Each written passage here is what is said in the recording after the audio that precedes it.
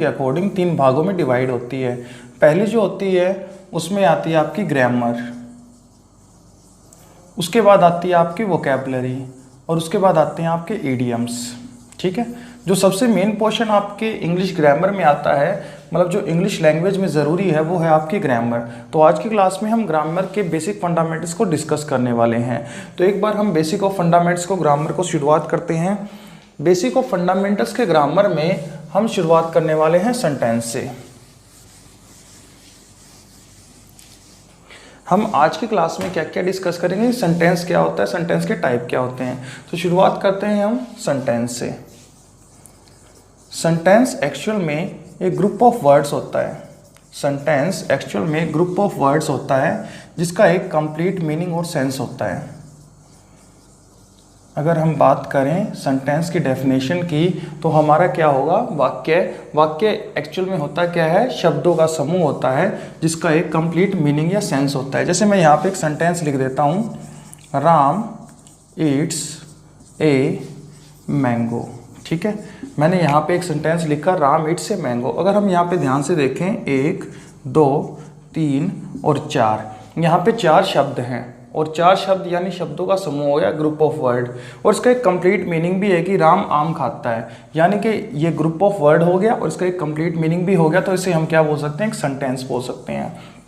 अगर मैं एक दूसरा वाक्य लिखूँ, मैं यहाँ पे लिख रहा हूँ, I is are am you is full stop.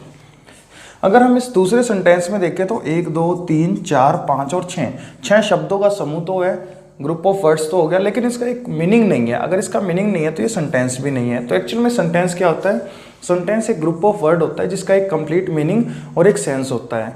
यानी कि सेंटेंस एक ग्रुप ऑफ वर्ड है जिसका एक कंप्लीट मीनिंग है। इसके जो सेंटेंस होता है, इसके 2 टाइप होते हैं, या हम ऐसे बोल सकते हैं इसके 2 पार्ट्स होते हैं।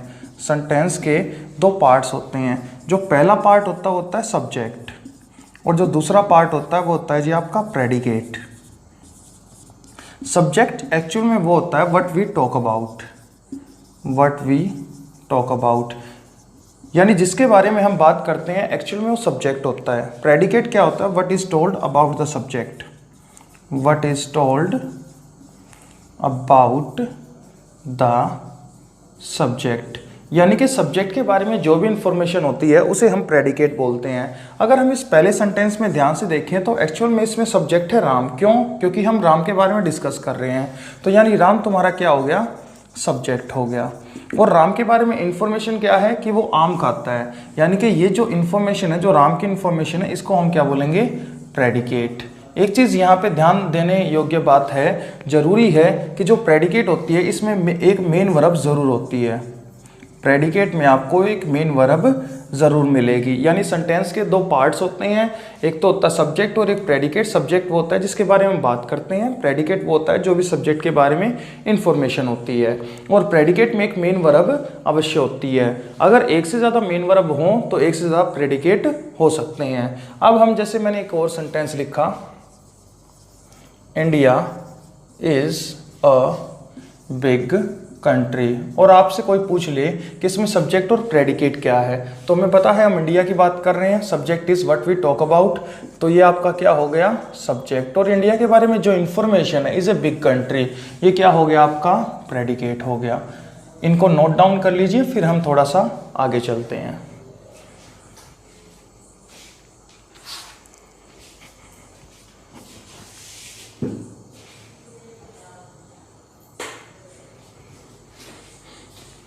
तो चलिए, ये होप आपको समझ में आ ही गया होगा सब्जेक्ट और प्रेडिकेट के बारे में। अब हम इससे आगे चलते हैं। अगर हम बात करें सब्जेक्ट के बारे में, तो अगर आप 2 सब्जेक्ट को जोड़ रहे हैं, अगर मैंने 2 सब्जेक्ट को जोड़ा तो एक्चुअल में वो क्या कहलाते हैं, वो कहलाते हैं आपके कंपाउंड सब्जेक्ट, कंपाउंड सब्जेक्ट। और अगर आपने किन्हीं 2 प्रेडिकेट को जोड़ दिया, मैं क्या बोल रहा हूं, अगर आपने किन्हीं 2 प्रेडिकेट को जोड़ दिया तो वो एक्चुअल में क्या कहलाएंगे, आपके कहलाएंगे जी कंपाउंड प्रेडिकेट। अगर आपने दो सब्जेक्ट जोड़े तो कंपाउंड सब्जेक्ट, और अगर आपने दो प्रेडिकेट जोड़े तो आपके कहलाएंगे कंपाउंड प्रेडिकेट। जैसे मैं एक सेंटेंस से लिख रहा हूँ, Ram and Shyam went to the city. और एक मैंने दूसरा सेंटेंस लिखा, Ram went to the city and searched for a job there. मैंने यहाँ पे ये दो सेंटेंस लिखे हैं और मैं आपसे पूछता हूँ कि इनमें कौन सा कंपाउंड सब्जेक्ट है और कौन सा कंपाउंड प्रेडिकेट है। तो पहले सेंटेंस में अगर हम ध्यान से देखें तो राम और श्याम, इन दोनों के बारे में हम जिक्र कर रहे हैं कि वो कहाँ गए, वो शहर चले गए, तो इनका ये कॉमन प्रेडिकेट है। और राम और श्याम को हमने एंड कंजंक्शन से जोड़ रखा है, तो एक्चुअल में तुम्हारा क्या बन गया, ये बन गया आपका कंपाउंड सब्जेक्ट। अगर हम सेकंड सेंटेंस में देखें तो राम के बारे में इंफॉर्मेशन है और राम के बारे में दो इंफॉर्मेशन है। एक तो वो शहर गया और उसने क्या की, जॉब की सर्चिंग की। अगर हम इन दोनों के बारे में बात करें तो ये दोनों जो इंफॉर्मेशन है ये राम के बारे में है, यानी राम यहाँ पे कॉमन सब्जेक्ट है और ये जो दो हैं ये दोनों इसके प्रेडिकेट हैं। और चूंकि ये दो प्रेडिकेट हैं जो एंड कंजंक्शन से जुड़े हुए हैं तो इनको हम क्या बोलेंगे, कंपाउंड प्रेडिकेट। क्या बोलेंगे, कंपाउंड प्रेडिकेट। होप आपको ये चीज़ समझ में आ गई होगी कि सब्जेक्ट और प्रेडिकेट क्या होते हैं, कंपाउंड सब्जेक्ट क्या होते हैं और कंपाउंड प्रेडिकेट क्या होते हैं। अब हम इससे थोड़ा सा और आगे चलते हैं।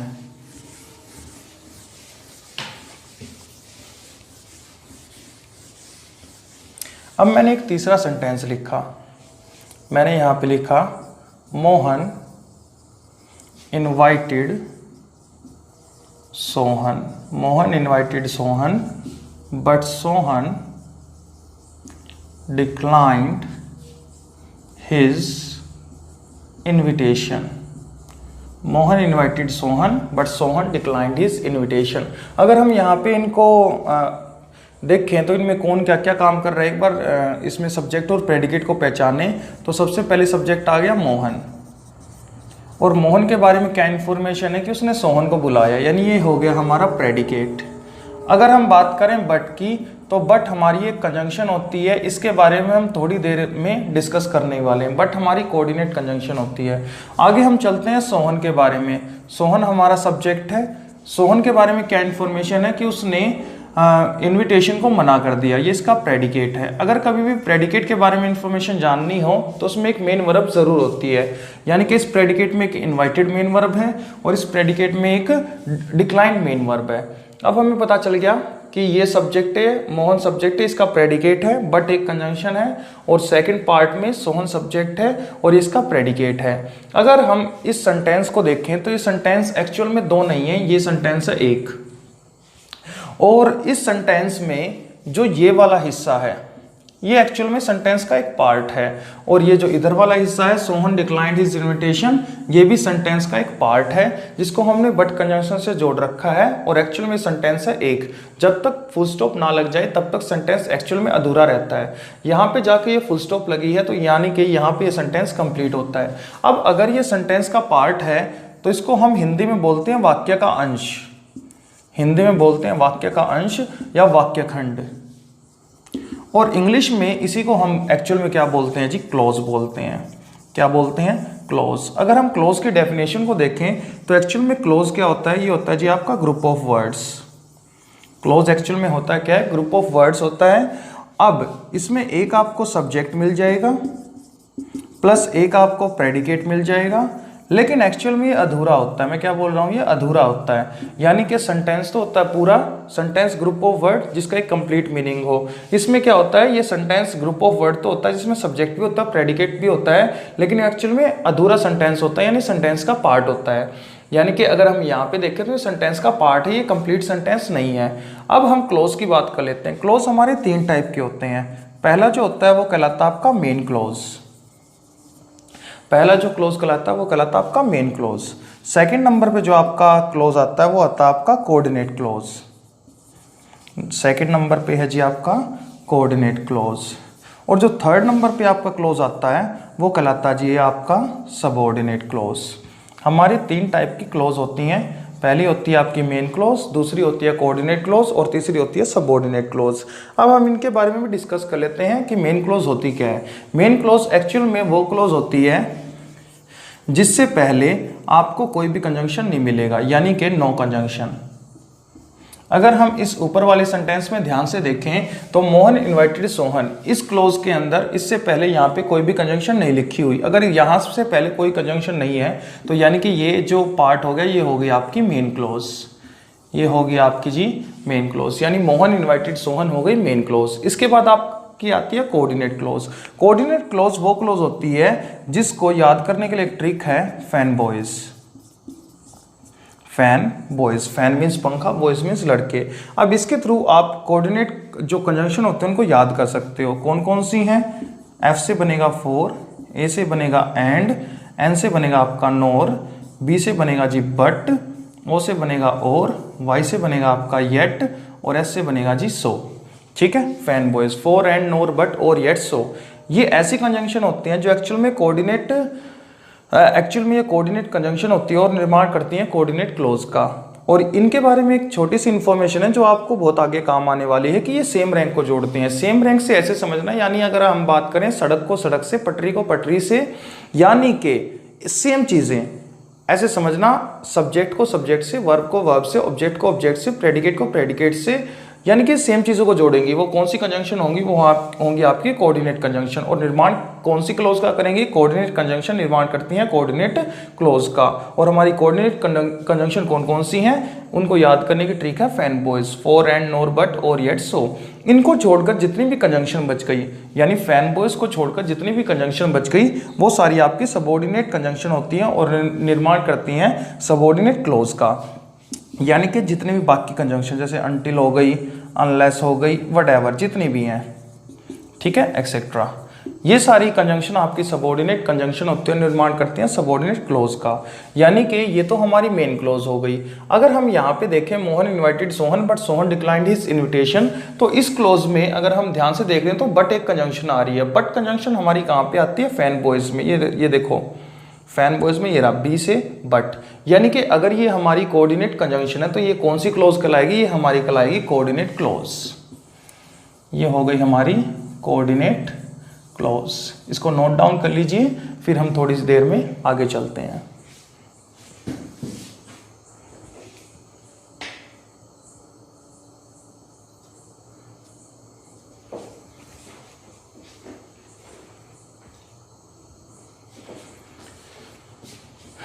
तो चलिए मैं इसको रब कर देता हूं।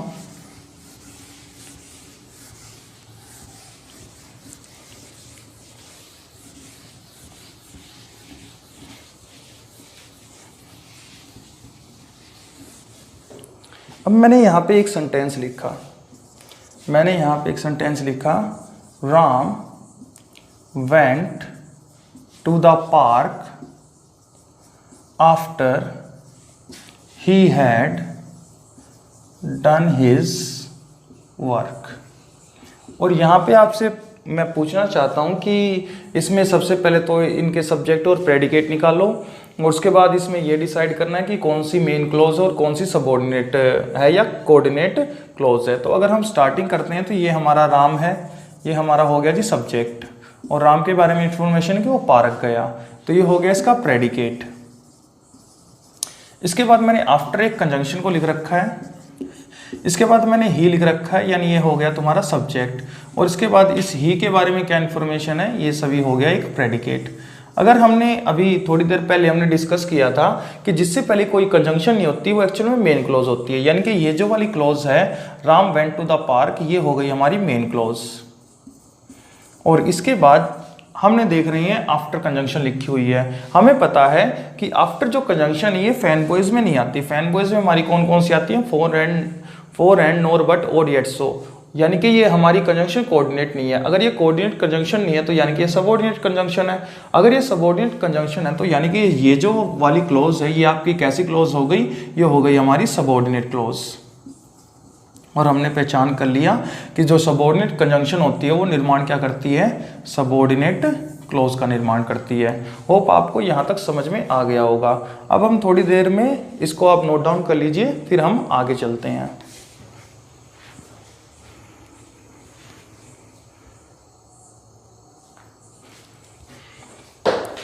अब एक दो सेंटेंस हम डिस्कस कर लेते हैं, उसके बाद हम आगे चलेंगे।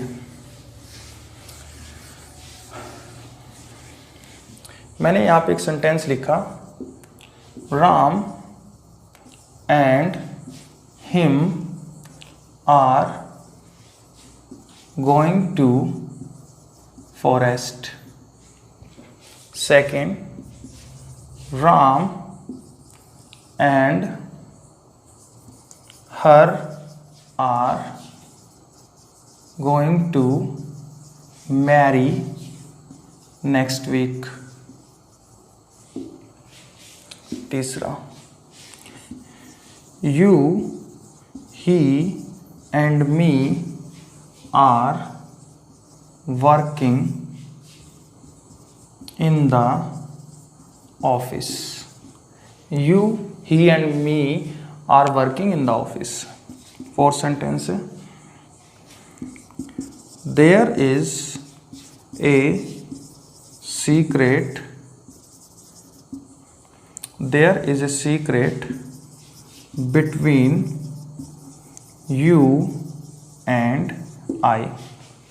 अब तक जो हमने कॉन्सेप्ट सीखा है उस कॉन्सेप्ट को अगर हम लगाएं यहाँ पे, तो अब हम देखते हैं कि हमें कैसे एरर छांटना है। अगर हम यहाँ पे देखें, पहले 3 सेंटेंस में are going to forest, are going to marry next week और are working in the office और is a secret between you and I, ये तुम्हारे प्रेडिकेट हैं। अगर ये हमारे प्रेडिकेट हैं तो इनसे पहले ये हमारे सब्जेक्ट रहे होंगे, ये कंपाउंड सब्जेक्ट बनेंगे। अब हम देख रहे हैं तो राम है, यू है और देयर है। देयर जो होता है ये हमारा इंट्रोडक्टरी सब्जेक्ट होता है। अब हम राम और यू है, इसके बाद मैंने एक एंड कंजंक्शन लिख रखा है। एंड कंजंक्शन हमारी कौन सी कंजंक्शन होती है? ये हमारी कोऑर्डिनेट कंजंक्शन होती है। हमने बचपन में एक कॉन्सेप्ट जरूर सीखा होगा, उस कॉन्सेप्ट को मैं अभी आपको याद दिला देता हूँ।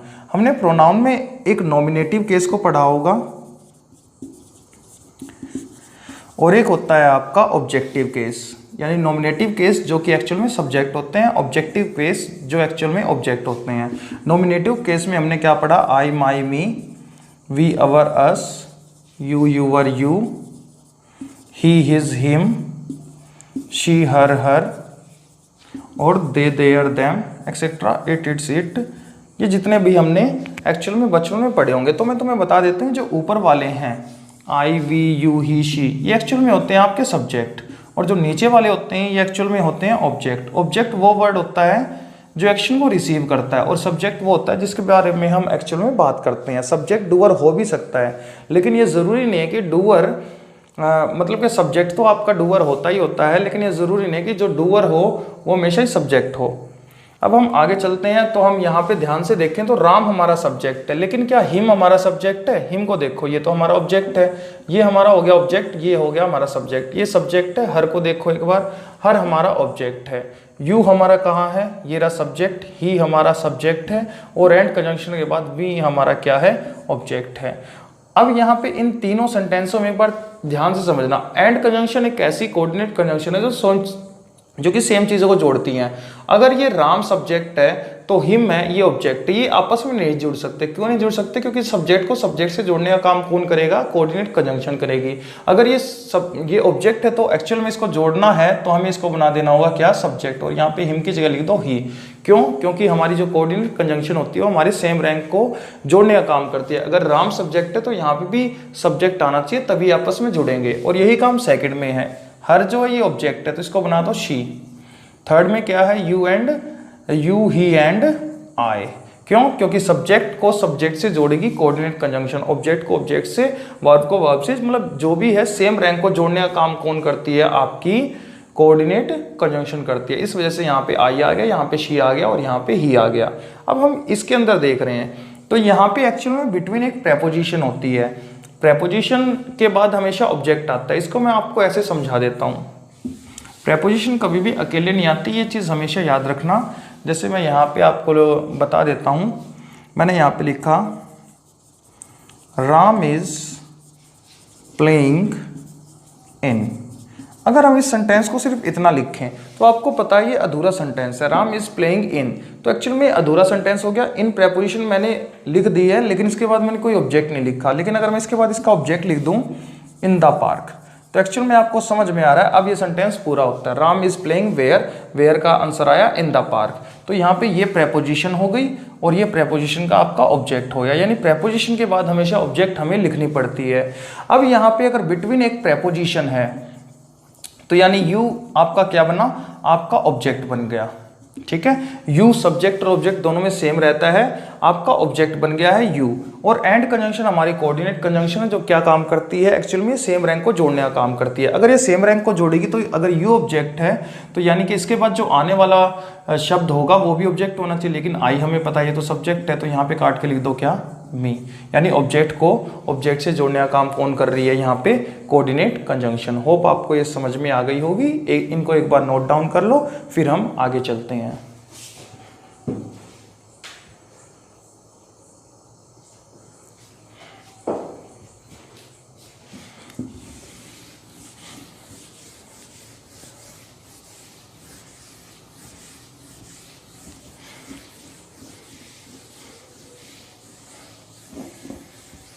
हाँ जी, देखिए ध्यान से। अभी हमने एक दो चीज़ें सीखी हैं, वो क्या, अगर हमारे सेंटेंस में एक सब्जेक्ट हो प्लस एक प्रेडिकेट हो तो एक्चुअल में जो सेंटेंस बनता है फुल स्टॉप लगने के बाद वो होता है आपका सिंपल सेंटेंस। जब आप एक मेन क्लोज हो और मेन क्लोज में अगर आप एक कोऑर्डिनेट क्लोज को ऐड कर दो, कोऑर्डिनेट क्लोज को अगर आप ऐड कर देते हो तो एक्चुअल में ये जो सेंटेंस बनता है ये बनता है आपका कंपाउंड सेंटेंस।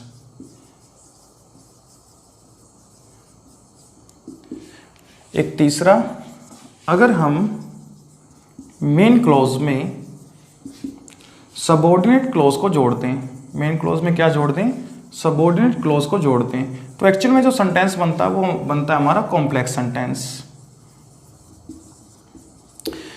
ये जो हमारे तीन टाइप के सेंटेंस होते हैं, ये सेंटेंस हमारे अकॉर्डिंग टू स्ट्रक्चर होते हैं। अकॉर्डिंग टू स्ट्रक्चर हमारे कितने टाइप के सेंटेंस होते हैं, एक्चुअल में तीन टाइप के सेंटेंस होते हैं, सिंपल, कंपाउंड और कॉम्प्लेक्स। ये हमने यहाँ से डिस्कस कर लिया।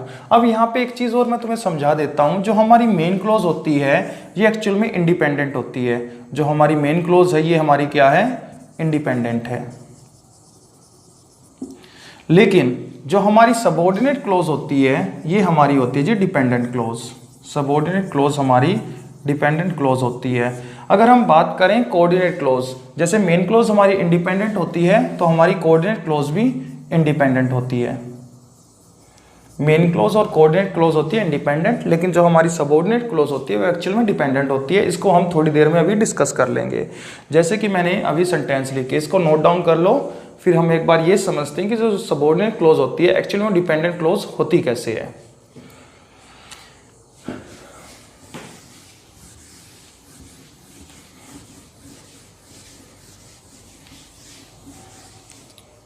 जैसे मैंने यहाँ पे एक सेंटेंस लिखा, they will explain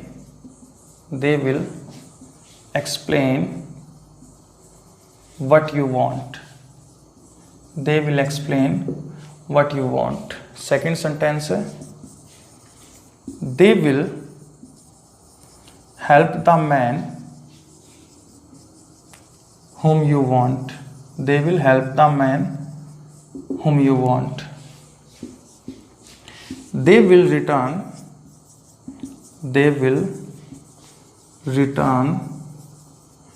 when you want.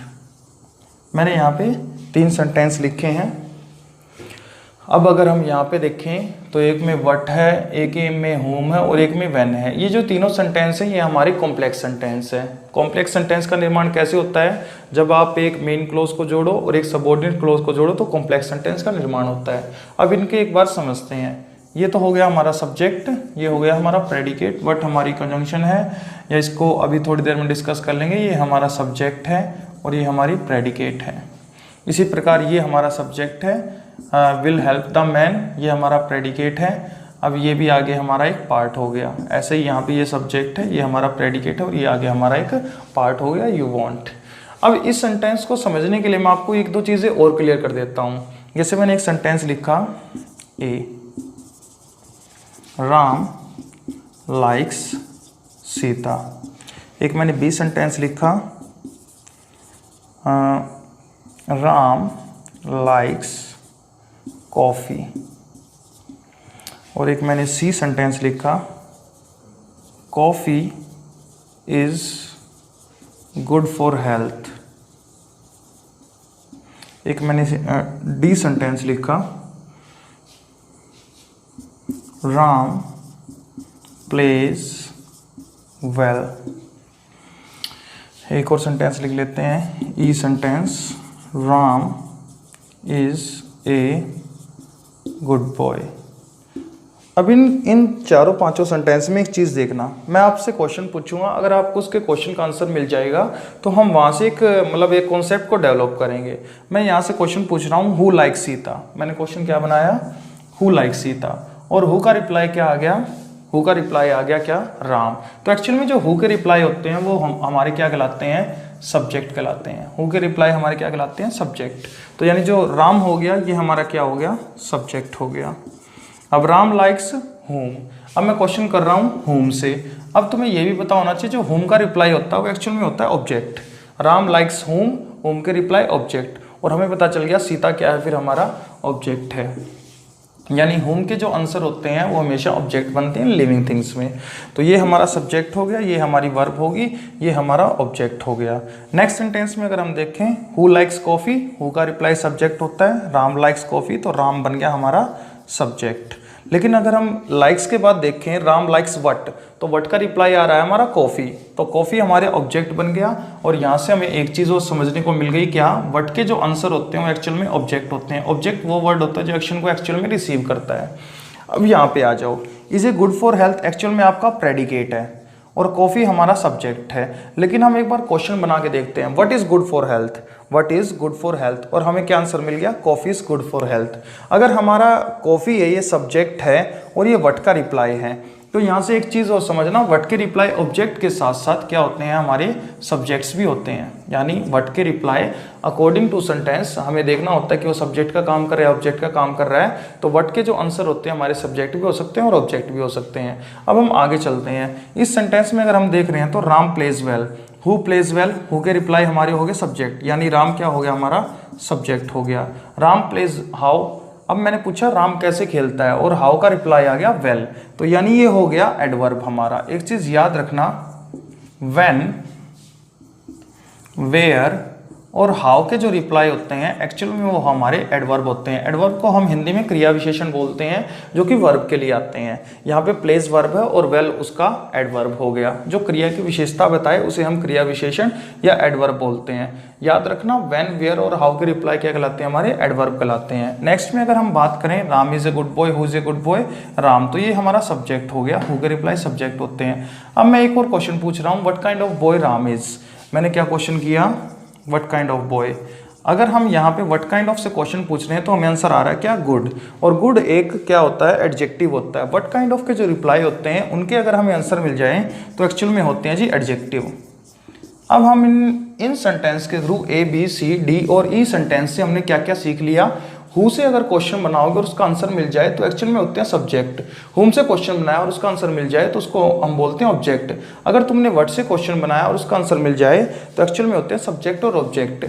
अगर हाँ आपने व्हेन, वेयर, हाउ से, व्हेन, वेयर और हाउ से क्वेश्चन बनाया और उसका आपको आंसर मिल गया तो एक्चुअल में होते हैं एडवर्ब। और व्हाट काइंड ऑफ से आपने क्वेश्चन बनाया और उसका आंसर मिल जाए तो एक्चुअल में एडजेक्टिव होता है। ये हमने यहाँ से डिस्कस कर लिया। अब हम यहाँ पे चलते हैं। एक्चुअल में एक्सप्लेन एक ट्रांसिटिव वर्ब होती है, आगे चल के हम डिस्कस भी करेंगे ट्रांसिटिव और इंट्रांसिटिव के बारे में। लेकिन यहाँ पे एक बार क्वेश्चन बनाना, दे तो हमारा सब्जेक्ट है, ये जो हमारी ये वाली है what you want, whom you want और when you want, ये हमारी सबऑर्डिनेट क्लोज हैं। तीनों की तीनों हमारी क्या हैं, सबऑर्डिनेट क्लोज हैं। अब यहाँ पे एक चीज देखना, हम क्वेश्चन बना रहे हैं, they will explain, what they will explain, what के रिप्लाई क्या हुए, व्हाट का आंसर क्या आया, जो भी तुम चाहते हो वो एक्सप्लेन करेंगे। They will explain, what they will explain, what you want, जो भी तुम चाहते हो वही वो एक्सप्लेन कर देंगे। यानी ये जो पूरा जो आपकी क्लॉज है ये किसके बारे में डिस्क्राइब कर रही है, ये एक्सप्लेन मतलब व्हाट का आंसर है। They will explain, what they will explain, वो क्या एक्सप्लेन करेंगे, जो भी तुम चाहते हो। तो एक्चुअली में व्हाट का रिप्लाई है। अब यहाँ पे दे तो सब्जेक्ट है, व्हाट के रिप्लाई क्या होते हैं हमारे, सब्जेक्ट या ऑब्जेक्ट। दे ऑलरेडी सब्जेक्ट आ चुका है, तो हमारा ये व्हाट यू वांट है ये एक्चुअल में क्या है हमारा, ये हमारी ऑब्जेक्ट है, ये हमारी ऑब्जेक्टिव क्लोज है। अगर ये हमारी ऑब्जेक्ट क्लोज है तो एक्चुअल में आपको पता होगा ऑब्जेक्ट नाउन या प्रोनाउन बनते हैं। आप एक चीज बताना, क्या नाउन अकेला यहाँ पे अगर मैं लिखूं तो क्या वो सेंटेंस का निर्माण कर सकता है, नहीं कर सकता। यानी वो किस पे डिपेंड कर रहा है, इसके ऊपर डिपेंड कर रहा है। अभी हम आगे इसको डिस्कस करेंगे। They will help the man, they will help the man. अब मैं क्वेश्चन पूछ रहा हूँ what kind of man they will help, what kind of के रिप्लाई हमारे क्या होते थे, एडजेक्टिव, और उसका आंसर क्या आ रहा है, होम यू वांट। जिसे भी तुम चाहते हो वो उसकी मदद करेंगे। यानी ये जो होम यू वांट है ये एक्चुअल में क्या है आपका एडजेक्टिव क्लॉज। ये क्या हो गया तुम्हारा adjective clause. Home you want किसका रिप्लाई है, व्हाट काइंड ऑफ का रिप्लाई है। कैसे, they will help the man, what kind of man they will help, उसका क्या आंसर आया, होम यू वांट। जिसको भी तुम चाहते हो वो उसकी मदद करेंगे। तो ये तुम्हारा क्या बन गया, एडजेक्टिव क्लॉज बन गया। तीसरे बारे में आओ, they will return, when they will return, कब वो वापस आएंगे, व्हेन यू वांट, जब भी तुम चाहते हो वापस आ जाएंगे। ये जो व्हेन यू वांट है ये किस चीज का रिप्लाई है, ये आपका है व्हेन का रिप्लाई। और व्हेन के रिप्लाई हमारे क्या होते हैं, एडवर्ब। यानी कि ये तुम्हारा क्या बन गया, एडवर्ब क्लोज बन गया। क्या बन गया ये, एडवर्ब क्लोज। अब मैं तुम्हें एक चीज बताऊं, ऑब्जेक्टिव क्लोज यानी ऑब्जेक्ट, एडवर्ब क्लोज यानी एडजेक्ट, मतलब adjective close means adjective, objective close means object, और एडवर्ब क्लोज मींस एडवर्ब भी होता है। अब एक चीज सोचना यहाँ से, अगर मैं यहाँ पे कोई ऑब्जेक्ट लिख दूं, मैं लिख दूं मी, अगर मैं कोई एडजेक्टिव लिख दूं, मैं लिख दूं गुड, अगर मैं लिख दूं कोई भी वर्ड एडवर्ब में वेरी, क्या अकेले ये वर्ड कुछ बन सकते हैं या किसी का निर्माण कर सकते हैं, सेंटेंस बना सकते हैं, अकेले नहीं बना सकते। यानी कि ये अकेले कुछ भी नहीं है। अगर ये अकेले कुछ भी नहीं है, ऑब्जेक्ट अकेला कुछ नहीं है, एडजेक्टिव अकेला कुछ नहीं है, और एडवर्ब अकेला कुछ नहीं है, तो याद रखना ऑब्जेक्टिव क्लोज, एडजेक्टिव क्लोज और एडवर्ब क्लोज अकेले कुछ नहीं होते। ये क्या होते हैं एक्चुअल में, मेन क्लोज पे डिपेंडेंट होते हैं। अगर ये मेन क्लोज पे डिपेंडेंट होते हैं तो यानी कि यहाँ से प्रूफ हो गया, क्या प्रूफ हो गया, हमारी सबऑर्डिनेट क्लोज हमेशा क्या होती है, डिपेंडेंट क्लोज होती है। बात समझ में आई। यहीं से एक और क्वेश्चन का हम डिस्कस कर लेते हैं, वो क्या है, जैसे मैं यहाँ से एक बार इसको रब कर देता हूँ, इसको नोट डाउन कर लेना वीडियो को पॉज करके, और फिर उसको नोट डाउन करने के बाद हम आगे लिख रहेंगे। मैं इसे अभी रब कर कि सेंटेंस जो होता है एक्चुअल में ग्रुप ऑफ वर्ड होता है। इसको एक बार पूरा रिवाइज करवा देता हूँ मैं। सेंटेंस एक्चुअल में ग्रुप ऑफ वर्ड होता है जिसका एक कंप्लीट मीनिंग होता है। सेंटेंस के कुछ पार्ट होते हैं, जैसे अगर हम देखें राम ईट से मैंगो, तो सेंटेंस में ग्रुप ऑफ वर्ड हो गए, इसका एक कंप्लीट मीनिंग भी है, तो एक सेंटेंस बन गया। सेंटेंस के दो पार्ट होते हैं, एक सब्जेक्ट होता है, एक प्रेडिकेट होता है। सब्जेक्ट वो होता है जिसके बारे में हम बात करते हैं, what we talk about. Predicate वो होता है what is told about the subject, जो भी सब्जेक्ट के बारे में इंफॉर्मेशन होती है उसे हम प्रेडिकेट बोलते हैं। अब एक चीज़ और याद रखने वाली बात है कि जो प्रेडिकेट होता है उसमें एक मेन वर्ब जरूर होती है। अगर एक से ज़्यादा मेन वर्ब होंगी तो एक से ज़्यादा प्रेडिकेट बन जाते हैं। इसके बाद हमने डिस्कस किया कि सेंटेंस होते हैं, सिंपल होते हैं, कंपाउंड होते हैं और कॉम्प्लेक्स होते हैं। एक मेन क्लोज होती है, मेन क्लोज वो होती है जिससे पहले कोई कंजंक्शन नहीं होता। सबऑर्डिनेट और कोऑर्डिनेट क्लोज में क्या डिफरेंस है, कोऑर्डिनेट क्लोज वो क्लोज होती हैं जो फैन बॉयज के अंदर आती हैं। फैन बॉयज याद करने की ट्रिक है, इसमें कौन कौन से हैं, फॉर, एंड, नोर, बट, और, येट, सो। इनको छोड़कर जितनी भी कंजंक्शन बच गई वो सब हमारी सबऑर्डिनेट कंजंक्शन होती है और निर्माण करती हैं सबऑर्डिनेट क्लोज का। इसके बाद हमने डिस्कस किया कि जो हमारी सबऑर्डिनेट क्लोज होती है वो एक्चुअल में डिपेंडेंट होती है उसके, और वो डिपेंडेंट क्यों होती है इसको हमने प्रूफ कर भी लिया है। अब हम अकॉर्डिंग टू स्ट्रक्चर बात करें तो हमारे 3 टाइप के सेंटेंस हैं, लेकिन अगर हम अकॉर्डिंग टू फंक्शन की बात करें, अकॉर्डिंग टू फंक्शंस, तो अकॉर्डिंग टू फंक्शन जो होते हैं हमारे 5 टाइप के सेंटेंस होते हैं। अकॉर्डिंग टू स्ट्रक्चर हमारे 3 टाइप के होते हैं, सिंपल, कंपाउंड और कॉम्प्लेक्स, लेकिन अकॉर्डिंग टू फंक्शन हमारे 5 टाइप के सेंटेंस होते हैं। इनको भी आज हम डिस्कस करने वाले हैं। तो इनमें जो पहला आता है वो आता है आपका असर्टिव सेंटेंस, असर्टिव सेंटेंस। दूसरे नंबर पे आता है जी आपका इंटेरोगेटिव सेंटेंस, इंटेरोगेटिव सेंटेंस। तीसरे नंबर पे अगर हम बात करें तो यहाँ पे आता है आपका इम्पेरेटिव सेंटेंस। चौथे नंबर पे आ जाता है आपका एक्सक्लामेटरी सेंटेंस, एक्सक्लामेटरी सेंटेंस। पांचवें नंबर पे जो आपका सेंटेंस आता है वो आता है आपका optative sentence, optative sentence.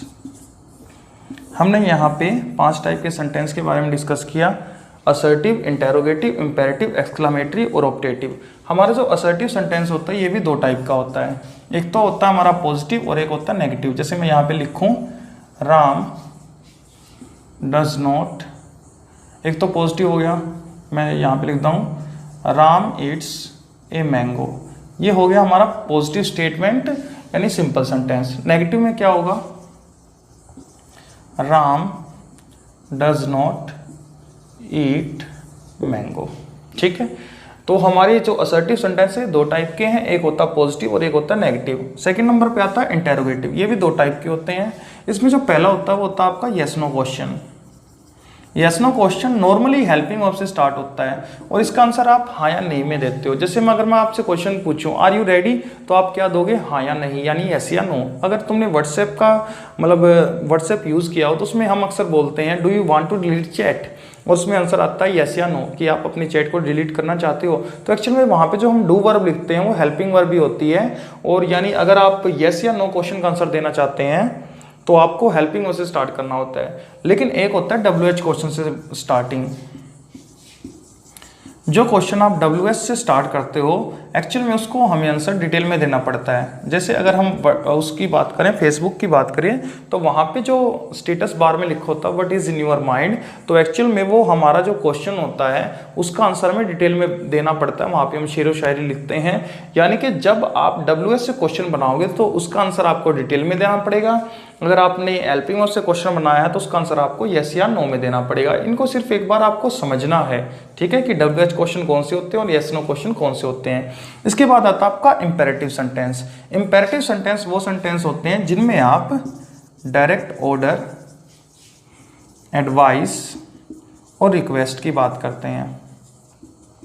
Direct order, advice और रिक्वेस्ट। अब एक चीज़ और यहाँ से ध्यान से समझना, ऑर्डर, एडवाइस और रिक्वेस्ट भी 2 टाइप के होते हैं, एक तो डायरेक्ट होते हैं, एक और इनडायरेक्ट होते हैं। इनडायरेक्ट जब किसी को बात को घुमा फिरा के हम बोलते हैं, और डायरेक्ट होते हैं जब हम किसी को, एक होता है लिसनर और एक तो होता है स्पीकर और एक होता है लिसनर। जैसे इस टाइम मैं स्पीकर हूँ और आप सुनने वाले लिसनर हैं, तो मैं तुम्हें डायरेक्ट ऑर्डर, एडवाइस या रिक्वेस्ट दे सकता हूँ। जैसे मैंने लिखा वर्क हार्ड, तो ये डायरेक्ट एडवाइस हो गई, या मैं डायरेक्ट बोल दूं please help me, please help me, यहाँ पे आपका क्या हो गया, डायरेक्ट रिक्वेस्ट हो गई। अब यहाँ पे एक चीज़ समझना, कोई भी आपका सेंटेंस है बिना सब्जेक्ट के नहीं आता। यहाँ पे जो सब्जेक्ट होता है वो आपका अंडरस्टूड होता है, वो हमेशा यू होता है, क्योंकि लिसनर के लिए हमेशा यू वर्ड इस्तेमाल होता है, और ये जो डायरेक्ट ऑर्डर होते हैं वो लिसनर के लिए दिए जाते हैं। अब इनमें जो लिसनर होता है वो हमेशा क्या होता है, यू होता है। तो यानी कि इसमें जो लिसनर है उसे लिखा या बोला नहीं जाता, और यहाँ पे वो अंडरस्टूड होता है, यानी वर्क हार्ड, ठीक है, या प्लीज हेल्प मी। इनमें जो अगर हम बात करें सब्जेक्ट कौन है, तो इनमें सब्जेक्ट लिसनर होता है, और लिसनर हमेशा यहाँ पे यू है। इसके बाद आता है आपका एक्सक्लामेटरी सेंटेंस। एक्सक्लामेटरी सेंटेंस कौन सा होता है, इसमें एक्चुअल में ये वाला निशान होता है, इसमें सडन फीलिंग होती है, सडन फीलिंग ऑफ जॉय या सोरो, ठीक है, दुख या तकलीफ की कोई भी फीलिंग्स होती हैं। जैसे हम बोल दें हुर्रे, एलास, हम लिख देते हैं हुर्रे बोल दिया मैंने, एलास बोल दिया, तो एक्चुअल में हमारे क्या होते हैं, ये एक्सक्लामेटरी सेंटेंस होते हैं। इसके बाद आता है आपका ऑप्टेटिव सेंटेंस। ऑप्टेटिव सेंटेंस में आपके क्या आते हैं, ग्रीटिंग्स, ब्लेसिंग्स, रिगार्ड्स। जैसे हम किसी को बोलते हैं good morning sir, good morning madam, तो ये सभी हमारे रिगार्ड्स, ग्रीटिंग हो जाते हैं, और ये हमारे ऑप्टेटिव सेंटेंस होते हैं। यहाँ से मैं आपको एक और कॉन्सेप्ट समझाई देता हूँ। जैसे यहाँ पे एक वर्ड आ रहा है हमारा नेगेटिव में, नोट आया हुआ है, तो मैं यहाँ से एक और कॉन्सेप्ट आपको समझा देता हूँ। एक वर्ड होता है नो, इसको तो पहले नोट डाउन कर लो, फिर हम आगे चलते हैं।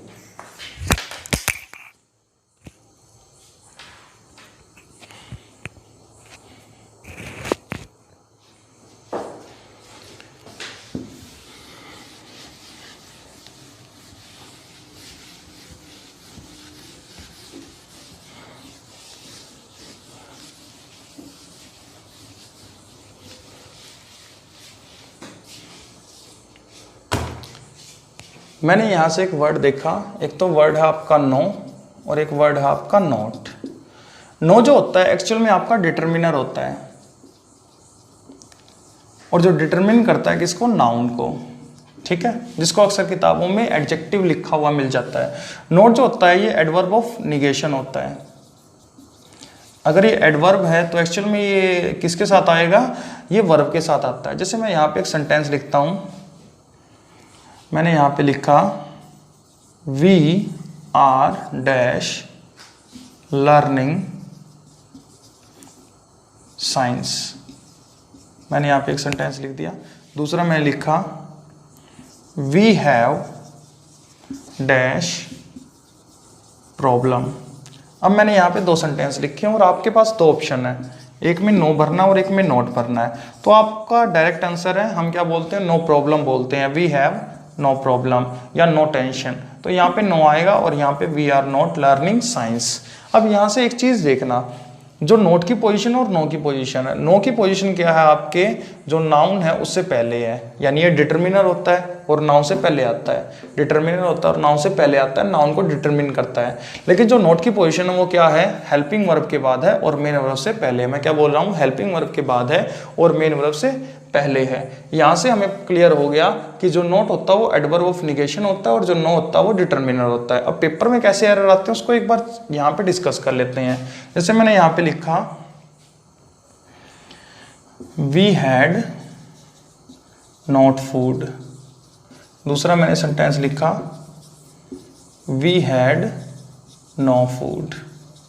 अगर हम यहाँ पे ध्यान से देखें तो वी हमारा सब्जेक्ट है, दोनों में हैड हमारी क्या होगी, हेड नीचे वाले में तो हमारी मेन वर्ब है और फिर मेन वर्ब होने के बाद ये ऑब्जेक्ट बना, फूड हमारा ऑब्जेक्ट है यानी नाउन है, नाउन से पहले नो आ सकता है, ठीक है, ये तो सही हो गया। लेकिन अगर हम ऊपर वाले में देखें तो नोट की जो पोजीशन होती है वो हेल्पिंग वर्ब के बाद होती है और मेन वर्ब से पहले होती है। बाय द वे अगर हम इसको हेल्पिंग वर्ब मान लेते हैं, हैड हेल्पिंग वर्ब है, तो यहाँ पे मेन वर्ब गायब है। क्यों गायब है, क्योंकि फूड तो भाई वर्ब होती नहीं, फूड तो नाउन होता है। अगर हम इसको मेन वर्ब माने तो नोट की पोजीशन गलत है। क्यों गलत है, क्योंकि नोट की पोजीशन मेन वर्ब से तो पहले आती है, मेन वर्ब के बाद नहीं आती, यानी यहाँ पे जो नोट है वो गलत है, ठीक है। इसको क्या कर दो, नो कर दो, ठीक है। तो यहाँ से हमें क्लियर हो गया जो नोट होता है वो एक्चुअल में एडवर्ब ऑफ निगेशन होता है, उसकी पोजीशन हेल्पिंग वर्ब के बाद और मेन वर्ब से पहले आती है। लेकिन जो नो होता है हमारा, ये हमारा क्या होता है, डिटरमिनर होता है, नाउन होता है और इसकी पोजीशन क्या होती है, हमारे नाउन से पहले आती है। तो यहां से हमें क्लियर हो गया। लेकिन इसी का एक और कॉन्सेप्ट देखना, जैसे वी डू नॉट वर्क, दूसरा मैंने लिखा वी डू नो वर्क, ठीक है। अगर हम यहां पे देखें तो मैंने एक वर्ड लिखा वर्क। अब यहां से क्या कॉन्सेप्ट है वो उसको समझना। जैसे कुछ वर्ड होते हैं, चेंज हो गया, स्लिप हो गया, रेन हो गया, वर्क हो गया, ये कुछ ऐसे वर्ड होते हैं एक्सेट्रा जो क्या होते हैं, आपके नाउन भी होते हैं प्लस ये आपकी वर्ब भी होती हैं। यानी ये सेंटेंस के अंदर नाउन का काम भी कर सकते हैं, वर्ब का भी काम कर सकते हैं। ये सेंटेंस पे डिपेंड करेगा कि वो वहाँ पे नाउन का काम कर रहा है या वर्ब का काम कर रहा है। फूड सिर्फ नाउन का काम करता है, अगर ये नाउन का काम करता है तो इसके साथ हमेशा नो आ जाएगा, ठीक है। लेकिन जो वर्क होता है ये नाउन और वर्ब दोनों का काम कर सकता है। ऊपर वाले सेंटेंस में अगर हम देख रहे हैं तो नोट यहाँ पे है और नीचे वाले सेंटेंस में नो यहाँ पे है। जो नीचे वाले सेंटेंस में है यहाँ पे वर्क जो है वो नाउन का काम कर रहा है। क्यों कर रहा है, क्योंकि इससे पहले नो आया हुआ है, ये डिटरमिनर हो गया। लेकिन ऊपर वाले में ये सब्जेक्ट है, ये आपकी हेल्पिंग वर्ब होगी, ये एडवर्ब ऑफ निगेशन हो गया हेल्पिंग वर्ब के बाद, और यहाँ पे वर्क जो है वो मेन वर्ब का काम कर रहा है, ठीक है। तो यहाँ पे दोनों सेंटेंस सही होगी। लेकिन यहाँ पे क्या हुआ, फूड एक नाउन है और यहाँ पे जो एडवर्ब होता है वो नाउन को डिटरमिन नहीं कर सकता, इसलिए नोट यहाँ पे गलत हो गया। लेकिन यहाँ पे सही हो गया। क्यों सही हो गया, क्योंकि जो वर्क होता है वो नाउन और वर्ब दोनों का काम कर सकता है।